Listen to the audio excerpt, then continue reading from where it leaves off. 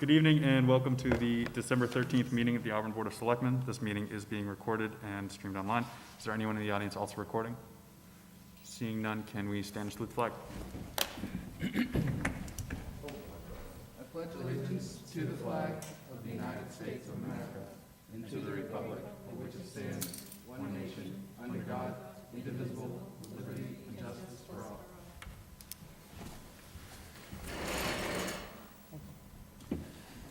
Can I have a motion to move up agenda item There's two items. 5A and 5B? Make a motion to move up agenda items 5A and 5B. Second. Motion made and seconded. All those in favor? Aye. Opposed? All right, agenda item 5A and 5B relate to a change of owner and address for flammable storage permit. That involves the town clerk, so I don't know if you want to come up and join us here at the table and just explain what the vote would be. Good evening. So the gas registrations stay with the property location. So both of those properties, 26 and 793 Southbridge Street, both changed owners and were sold. So we just want to get the correct owners on record. Both properties do have leases and the gas registrations are being paid by them, but we do need to update our records. So when we send out the renewals, we have the correct information. Keep you up to date. Board members have any questions or comments? Seeing none, is there a motion? On item 5A, I'll make a motion to approve the new owner address and address. I'll second. Motion's been made and seconded. All those in favor? Aye. Opposed? It's unanimous. And on 5B? On 5B, I'll make a motion that we approve the new owner and address change. Second. Motion's been made and seconded. All those in favor? Aye. Opposed? It's unanimous. Thank you. Thank you. All right. Going back to our regular agenda, under public hearings and presentations, we have under 3A, this is supposed to be IIF Brothers LLC Motor Vehicle Class 2 license at 481 Washington Street. And enclosed in your packets, you have the application and letter of recommendation from the DCG. Is the applicant here? Okay. Is there a motion to open the hearing? So moved. Second. All those in favor? Aye. Opposed? All right. If you want to come up and join us, just to tell us a little bit about what you're here tonight to do. Oh, that's right. I'm sorry. And your name and address of the record. Thank you. Yes. My name is Mohammed, last name is Akram. You want my business address or my home address? Business address. 481 Washington Street, Auburn, Massachusetts, 01510. And what are you here tonight for? I'm applying for the selling used vehicle at the property on BP gas station.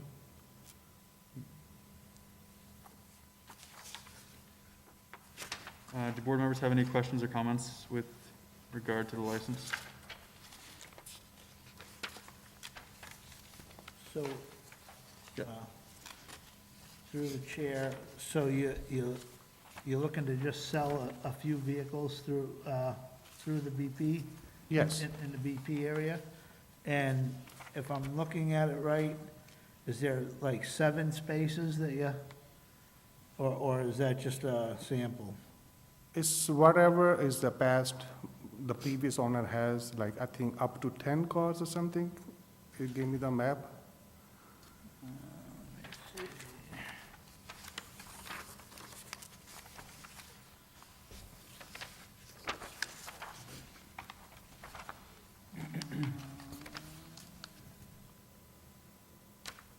So it's basically just, you're taking over for the old owner? Yeah, whatever is the previous one. Okay. I'm not Oh. changing anything, just. Not changing Yeah, anything? no okay. changing, it. Just keep as it. Yeah, because I don't see where it's actually referencing the number of cars, but, Down here.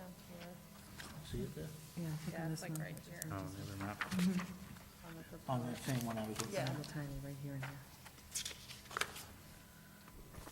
Oh, yeah. Mr. Wren, sorry. 10 Is spaces. it Okay. your intention to putting up inequality security cameras for the lot as? Yes, we already did. You did? Okay. Yeah. Great. Is there anything else, board members? No? All right, thank you. Is there a motion to, is there anything else from anyone online, any abutters or anyone on this motion? All right, seeing none, is there a motion to close the hearing? Motion to close? Second? All those in favor? Aye. Opposed? And is there a motion on the license? I'll make a motion to approve the license, provided that all applicable requirements of the state and town and any of its departments, boards, and commissions have been fulfilled. Said license is subject to all the conditions stated upon it. Failure to comply with any and all the conditions shall invalidate the license and render it null and void, and with the conditions of the DCG to be placed on the license, and that the license will be for the remainder of 2021 and for the year 2022. A second. Motion's been made and seconded. All those in favor? Aye. Opposed? It's unanimous. Thank you. Congratulations. All right, thank you. Thank you. Thank you, everybody. Happy holiday, everybody. Thank you, you too. So I'm all set, I can leave? Yep, all All set. right, thank you. Yes. Unless you want to stay, but, These are pretty exciting meetings. All right, guys, take care. have a good night. Thank you. All right, next item on the agenda is a petition by National Grid and Verizon New England for a pole location at Leicester Street. Is the applicant, I'm guessing attending virtually, on the call? I am. Oh, great. Let me just move that so we can. I'm also here. I'm Carl Hartwick, National. Can you repeat his name? Yeah, can you say your name again? My name is Carl Hartwick. I'm the customer and community manager of the town of Hartwick. You got that? National. Rebecca March, National Grid as well. And Joshua Pacheco, National Grid. Thanks. Carl, it sounded like yours was breaking up a little bit, but I think we got your name though, so we should be all set. Is there a motion to open the hearing? So moved. Second. All those in favor? Aye. Opposed? All right. If you want to tell us a little bit about the application for the pole location at Leicester Street? Sure. So, okay, you want me to go? Yep. All right, this is Joshua Pacheco. This project, it's to interconnect a solar site north on Auburn Road, but this petition hearing is in regards to the poles installed at the intersection of Leicester and Rochdale Street. So because of the solar site, we're installing larger conductor sizing, which requires some midspan sets and some anchoring to hold up those larger wires. So that's the purpose of the job. All right. Do board members have any questions or comments for the applicant? Yes. Yeah, Mr. Wren? Completely unrelated, but I saw it this weekend, so I figured it's just kind of funny that you guys were on for this meeting. I don't know that you guys have the ability to make decisions on other polls or whatnot, but Swanson Road and Southbridge Street in Auburn, there's a pole by the Shell station which is bending pretty seriously into the road. It carries a lot of heavy wires on it. So while I had you guys here, I know this has nothing to do with this hearing, that we're talking about. But if you have the ability to speak to anybody about that pole, it does look like to be a pretty big concern. Can you repeat the pole location, please? Sure, it's Southbridge Street and Swanson Road at the intersection, right by the Auburn Public Library. Josh, this is Carl. I have that, Swanson. And so, thank you so Thank much you. for reporting on. Alrighty. Thanks, Carl. All right, great. Anyone else have anything? Seeing none, are there any abutters? Oh, sorry, Mr. Bertheum. So we have two things that we're voting on here. They're both in the same area. And are we looking at a total of 5 poles? That is correct, yes. Okay, and those poles are not going to be near any existing poles? They're just bigger poles? Or are you replacing poles? So these are new set poles. So currently, Rochdale and Leicester Street do not tie in together, and these poles are being installed to tie the circuits from Rochdale to Leicester. So they're Okay. new poles. Okay, and is there any interference, the railroad bridge is right there? Do you see any problem, is there any wires gonna be over near the railroad at all? So these proposed overhead wires do not interfere with the railroad. The existing wires actually drop underground, and they go under the railroad, so we stayed away from that crossing as well. Okay, thank you. Anything else? Are there any abutters on the call that want to be heard? Hello, this is Ellen Ethier at 404 Leicester Street. All right, got it. I would like to know where the poles will be placed. So the poles have been staked currently, and the roadway should be painted. It is the only pole that we're installing on the side on your house looks to be pole 92-84.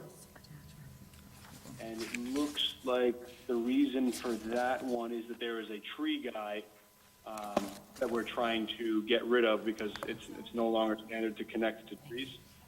So that pole would be connected, that pole would be in front of the existing tree at 92. I'm sorry, at 404. So is the pole going to be in the town's right of way Correct, and not on our property? correct. Okay. And that's the only pole going on our property? In front of your property, that is correct. Okay.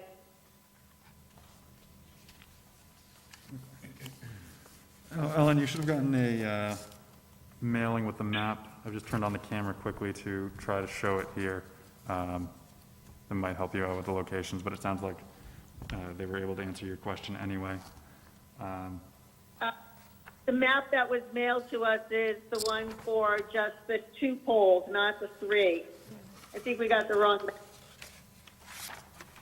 It's showing more Rochdale Street than Leicester Street. If I could. Mrs. Ethier, so I'm looking at both maps here. So if you're coming down Rochdale Street from Rotary Beach, Yeah. you see that you have the map where before you get to the railroad bridge, you see a pole on the left and on the right. And then you come up and you take a left onto Leicester Street. When you go left onto Leicester Street, the map that has the other 3 poles are 2 poles on the left side of the street and the one that's on your side of the street. And where your property, it looks to me, kind of comes to a point, it's almost like right at that point, and it's in the Auburn right away. So it's very close to the railroad bridge. Right.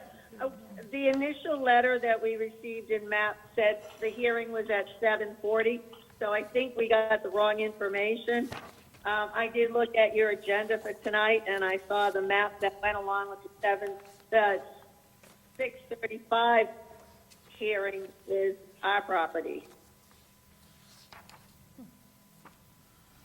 So we have the 2 petitions. We have one for 635 and one for 640. Right now, right now, we've opened the hearing, and this is the public hearing for the one on Leicester Street, the first one. I know we're talking about both locations right now, but yeah, that's the only one that we're on right now in terms of the public hearing. The letter we received said for a 6:40 hearing. Okay.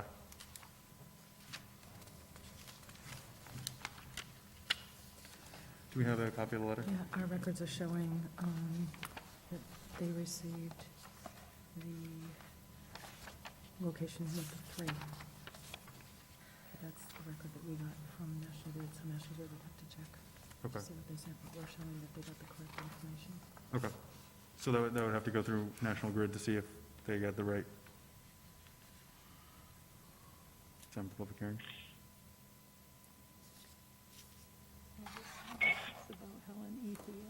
Right, through the chair if I can. So if you can see in your package here, the copy of the letter to the interested parties showing the petition with the 3 polls has attached the 2 letters, of which the Ethiers are one, and on the back of that attachment are the maps and the petitions. It appears from the information we have that the correct information went out. I don't know if anything changed at National Grid, but this was the information that we had received that does show the 3 locations. So perhaps there was a mix-up on National Grid's side of it. Okay. Yeah. I would I ask guess- Carl or somebody from National Grid if they wouldn't mind just double-checking their files, because we're showing that it looks like it was correct, but it may have gone out differently from them. Right, yeah, the letters that we have do say 635 and 640. Is there anyone from National Grid that can comment as to what was sent out that might have indicated 740 instead? I'm sorry, it was 640. Oh, It okay. was my error. Okay, all right, And thank we you. can double-check, because the letters, Yeah. actually, Sharon reminded me, so the letters have come from us, and it's showing from us that we sent Does she have any other concerns? correct ones, so Okay, so we're all set. I think we're all set, and I think the hearing time that she has is correct. There was 6:35 and 6:40. Yep, yep, Okay. so we're all set. All right, do you have any other concerns, Mrs. Ethier? No, Questions? are concerned if the pole would be placed in the right-of-way. Okay, all right, great, thank you. Are there any other abutters or residents? Seeing none, one last thing, is there anything from the board? No, okay. Is there a motion to close the hearing? So moved? Second? All those in favor? Aye. Is there a motion on the first item, that's 3B, for the first location? Make a motion to approve the petition of National Grid. Second? All those in favor? Aye.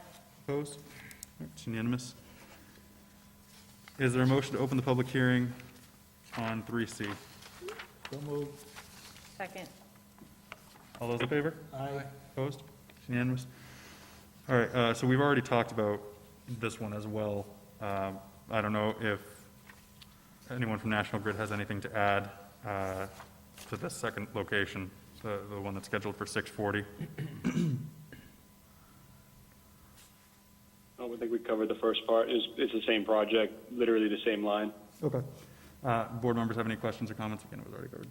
Nope. Okay. Are there any abutters or residents with any questions or comments on the call? All right, seeing none, is there a motion to close the hearing? So moved. Second. All those in favor? Aye. Opposed? It's unanimous. Is there a motion on the agenda items 3C? Motion to approve the National Grid polls on Rochdale Street. Motion been made and seconded. All those in favor? Aye. Opposed? It's unanimous. Thank you, everyone. All right, agenda item, Thank you. Merry Christmas. Merry Christmas. Thank you. Mrs. Merry- Ethier. you too. Agenda item 3D, we have Yongxing, excuse me, board vote on a pledge of license as requested by the Alcoholic Beverages Control Commission. Is there a representative from Yongxing on the call? Mr. Chu? Yes, good evening, Mr. Chairman, members of the board. My name is Attorney Russell Chin. I'm here representing Yongxing Auburn, Inc. Great, all right, thank you. We were Is there a motion to open the hearing? So moved? Second? All those in favor? Aye. Opposed? Unanimous? Mr. Chin, do you want to tell us a little bit about what the application is or what the board is voting on tonight? Yes, we were before this board on October 25, 2021, on an application for a city license to operate an existing restaurant and for approval of the transfer of a liquor license for that establishment. We were approved at that time, and the application was sent to the ABCC for further review and approval. Subsequently, we determined that the applicant is going to need to pledge its liquor license to the Eastern Bank in connection with acquisition loan financing. And as a result of that, the ABCC took no action on the application, notwithstanding approval by the town. And the application was returned to the town for further review. We have subsequently submitted to the town samples of the pledge agreement and copies of the anticipated promissory notes that would be used in the transaction. So we are now before the board asking for further review and approval of the application for the CD license and transfer of the liquor license with respect to the revisions provided by the pledge, documentation, and copies of the notes. All right. Thank you very much. We have copies in our packets. Do members have any questions this time? Who's 769 Bedford Street LLC? 769 Bedford LLC is a related entity, similar owner, identical owner of Yongqing Auburn Inc. 769 Bedford Street is the applicant for that loan with Eastern Bank, and so they're the same people, same two sisters and brother. Okay. And that, the LLC owns the liquor license, or the Yongqing Auburn Inc.? So Yongqing Auburn Inc. will be the applicant for the license, and Yongqing Auburn Inc. will hold the license. Now, 769 Bedford Street has an existing relationship, or has an existing relationship with Eastern Bank. And so I believe that Eastern Bank somehow tied in 769 Bedford Street LLC, but more than likely the documents, the bank documents are going to have to be revised to reflect that the Yongqing Auburn Inc. as the correct applicant. We're in a bit of a rush to try to get these sample documents to the board, and as I look them over, it looks like the bank's counsel didn't insert the actual names of the applicant. It looks like she used a sample from a previous pledge, previous transaction, but she wanted to get to you a sample that would be what would be used in this transaction. Okay. So long as there's unity of ownership, then we know what we're looking at, that's fine. That is correct. Other questions or comments?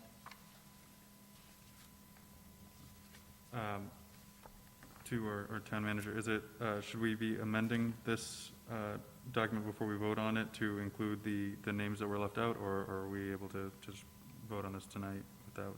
I believe we can vote on it as it is, because this was a recommendation of the ABCC, so I think we're good. Okay, all right, great. Them to change when they sign their documents. Okay, all right, great. All right, if there are no other questions or comments, is there anyone from the public that has any questions or comment?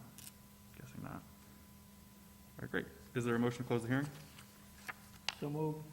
Second. All those in favor? Aye. Opposed? Is there a motion regarding the application? I'll make a motion to approve the pledge of license as requested by the Alcoholic Beverage Control Commission. Second. Motion's been made and seconded. All those in favor? Aye. Opposed? It's unanimous. Thank you, Mr. Chin. Thank you, Mr. Chairman. Thank you, members of the board. Have a good evening. Thank you, too. All right. And the communications, we have none. We moved up 5A and 5B.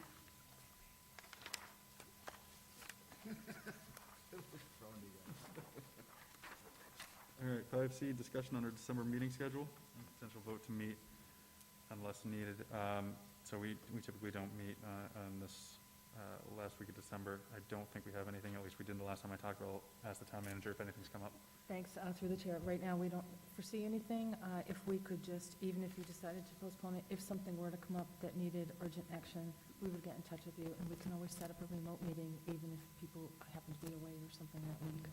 But we don't anticipate anything coming up with you tonight, your upcoming items with the license renewals were, that would be the only thing. And it's conditional upon them getting everything into us, so we should be all set.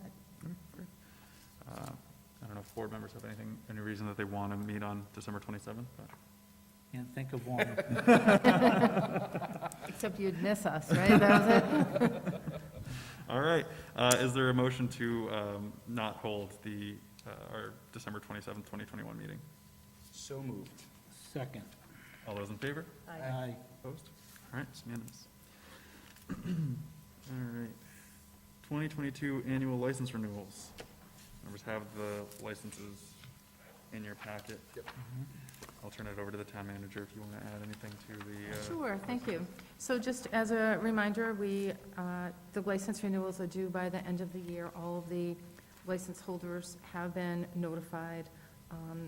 Any applications we haven't received, which I believe we've received 90%, 95% of them, you can, and have in prior years, you've taken a conditional vote to approve those additional license renewal applications that come in, as long as they're in by the December 31st deadline, and they're complete.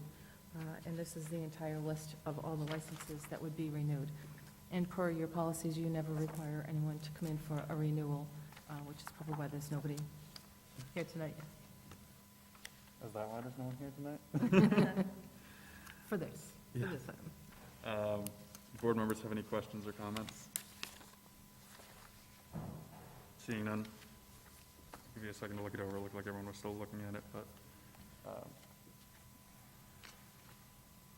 yeah. It's just, I'll make a comment that it's just kind of disturbing to see the closed businesses at the end of the list from last year. I hope they and their families are doing well.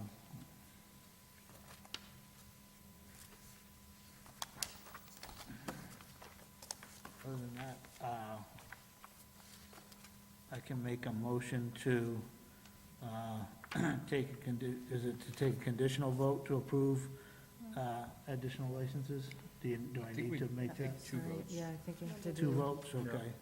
Right. So we'll approve the license renewals listed, provided that all applicable requirements of the state and town and any of its departments, boards, and commissions have been fulfilled. Said licenses are subject to all the conditions stated upon them. Failure to comply with any and all conditions shall invalidate the licenses and render them null and void, and with the conditions of the DCG to be placed, to be on the licenses. Second? Motion's been made and seconded for the first one. All those in favor? Aye. Opposed? Unanimous. And And There's- now I can make a motion to conditionally vote to approve the additional license renewal applications that come in by December 31st and have no outstanding issues. Second. motion's been made and seconded. All those in favor? Aye. Opposed? It's unanimous. All right, gift acceptances.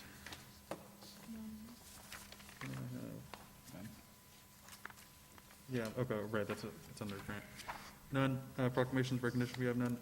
Under 6A, we have town manager items, and I'll turn it over to the town manager. Thank you. So the first item is, we're excited to say that we had applied for a grant, and I think I mentioned it at a meeting maybe a month or so ago, that we have to put a sprinkler system in at the library in order to support a new addition. The new addition triggers this code, so a sprinkler system is required. It was an expense we did not see coming at all. So we've been able to secure some funding from the state, and we also had applied to the Pappas Foundation for an additional amount of money to help us cover the total cost of the sprinkler system, and found out this afternoon that the Pappas Foundation has approved of a grant of $150,000 toward the sprinkler system. So I'd like to ask that you amend what I had here, which is up to $140,000, because I believe we had applied for a loose number of $130,000 to $140,000, because we didn't have our final number on the sprinkler system. When they contacted us today, Mrs. Pappas called to tell us that we would be receiving the grant of $150,000. So that should cover us for any additional costs that we may incur on that. So it's a $150,000 grant. And just as a reminder, this is from the same foundation that's giving us $505,000 for the whole Library Goddard Park pedestrian bridge project. So this brings the total grant amount from the Pappas Foundation up to the $655. And it will be, we're working with Ed Kazanovich and the foundation on how the funds will come in and the schedule for the funds coming in. So it's just tremendous news for us. We can't thank the foundation enough for doing this. We're just thrilled. We had a great meeting last week, a remote meeting with the foundation trustees, where they had a lot of questions, and they've just been so supportive of this project. It's great. So, thank you. Any questions or comments from board members? I'll just say an extra thank you to the Pappas Foundation for all their support and for giving us the grant. Is there a motion? I'll make a motion to accept and expend a grant up to $150,000 from Arthur and Martha Pappas Foundation to augment the cost to install a sprinkler system at the Auburn Public Library. I'll second that. Motion's been made and seconded. All those in favor? Aye. Opposed?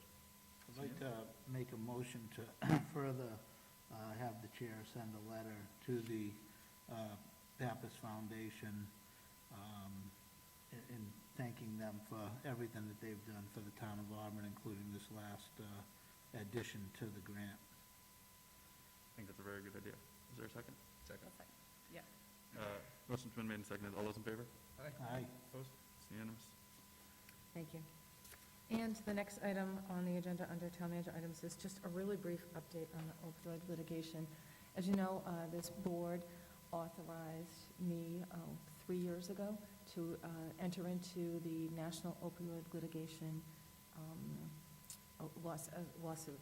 It's not a class action suit, which is why I said, because I want to make sure legally I get this right. It is a suit, and they represent municipalities and states all across the country. So it is a national effort. And I receive updates from them on a regular basis, and over the last 3 years, they've been negotiating and have come to terms, mostly of a settlement, with the top 3 distributors, opioid distributors, which are collectively being called the distributors. So that's one agreement. Then there's a second agreement with Janssen, which is the parent company of Johnson & Johnson. So there would be 2 settlements, the distributors with their top 3, and then the J&J. And under both of those agreements, anyone who was participating in this suit is required to sign and submit documents that basically just says we still want to continue to be part of this suit. And when the suit gets settled, we would like to be part of that suit and be able to obtain whatever settlements are going to be allocated to the town. So I did sign those documents. Everything that I have signed, I have had town council review just as an extra layer of protection for the town, because this is a very complicated settlement. In the interim, the attorney generals across the country are also participating in discussions on this same suit. And there's a lot of conversations between the attorney generals as well as the National Opioid Litigation that we are a part of as to how this settlement will ultimately be allocated and how will the monies be distributed. So my understanding, and I spoke again to the attorneys from the National Opioid Litigation, is that the more litigants, if I have the right word, that sign on and sign these settlement agreements, the greater the percentage of what we may get from the settlement. So in other words, the National Opioid Litigation lawsuit might be representing 20,000 different entities across the country. And they are now seeking, and hope to have, I believe the deadline's within a week or so, all the signed documents to indicate that communities want to stay in the suit. That was a requirement of the settlement. So if they only get 20% that say they want to be in the suit, the dollar amount would obviously change and the allocation of that would change. If they get 80% of the litigants that are part of this collective suit. They get 80%. That increases the allocation amounts to each of the participants. So my understanding is that the general agreement will show that participants are going to get approximately 50%. But with the documents that I signed a couple of weeks ago, that was a document stating that unless we can get 70%, that's the amount that we're hoping to get, and the attorneys are fighting to get the 100%. Of course, to get the 100%, there are all these benchmarks that have to be met from a legal perspective. There are 4 options, A, B, C, and D, that would each provide different incentive levels to take that 50% amount up to 100%, and it is mostly driven by participation, so how many are going to participate. So there are still some things that are being worked out. My understanding is we will probably have some more definitive answers as to what the percentage is that we may end up getting within the next month. I can tell you that the distributors that represent the 3, that's a $21 billion suit, and the Johnson & Johnson is a $5 billion suit. So it is it's a $26 billion suit, all combined. On Johnson & Johnson, there's no information yet on how the allocation will be distributed to the municipalities within each of the states. On the larger distributor suit, Auburn was to get 0.3% of whatever the Commonwealth of Massachusetts ends up getting. And these percentages are based upon the data that they've been collecting for 3 years to show the impacts of the opioid crisis on our community. So a lot of data went into this. There's hospitalization data, ambulance data, a number of things that they've collected as attorneys for this for 3 years now. And then they really have done a great job on all of our behalf negotiating. This is a huge, enormous settlement. My understanding is that the terms and conditions of it pretty much say that the majority of the money, I think 80%, has to go toward fighting opioid addiction and the impacts of opioid addiction in communities. So it is yet to be seen what we would be getting, and it's a multi-year settlement. So my understanding is that one of them is an 8 to 10 year payback, and the other one is an 18 to 20 year payback. So you're looking at a long period of time to receive these funds, and the dollars, again, would then be directed toward opioid mitigation, treatment, addiction services, things like that. So it's all good, positive news, but I wanted to bring the board up to date. I'm sorry, I might not have all the legal terms down pat here, but that's the general summary of this settlement. And again, we should know by the end of this calendar year what potentially the percentages are of the settlement. So in other words, if only 60% of all the litigants that initially signed on only signed on now, then I believe the dollar amount that comes to each state is reduced by that amount of participants who are actually signing on to it. So it's important that participants get those documents in because we have to get that participation rate up. My understanding is that the settlement actually talks about getting a critical mass, quote, a critical mass, and yet there's no definition in the settlement of critical mass. So that's what the attorneys are still trying to figure out how to define that. So a lot of moving pieces on it, but the attorneys have been doing their best to keep us informed, and I'll do my best to keep you informed if I've got all the legal terms down for you. Great, thank you. Any questions or comments from board members? I just want to say that when we actually took this vote 3 years ago, I was entering in the DA's office, and my job there was to compile all the data on the epidemic in Worcester County for the DA's office, and it was horrible at the time. There wasn't much data available, so at the time, they were just trying to put it all together.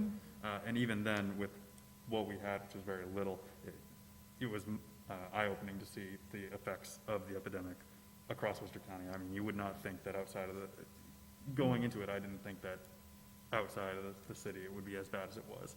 So Auburn has definitely been affected by it, and I'm sure that now the numbers are more easily available. That's much more clear. So yeah, this is great. I'm glad we're staying in it, and that hopefully we'll be able to get something to work on it. Great. So as soon as I have any more specific information, I'll bring it back to the board. Thank you. All right. Under tabled items, we have none, and then selectmen member items. So I just wanted to put this on to continue the discussion Without Mr. Carpenter here, I'm not going to ask for a vote tonight, so unless anyone has anything that they want to add, I don't think we need to talk about Chapter 53, Section 18 anymore tonight unless there are any thoughts or anyone wants to, but I'm not going to ask for a vote without a full board. Just a comment, I've looked at it further, and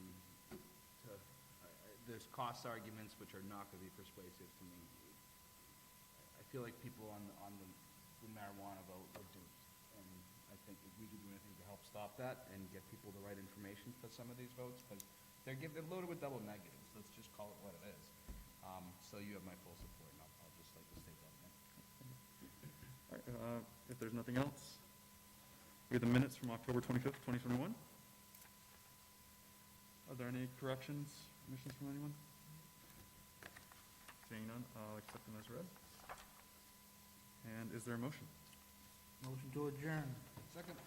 All those in favor? Aye. Unanimous. Thank you, good night.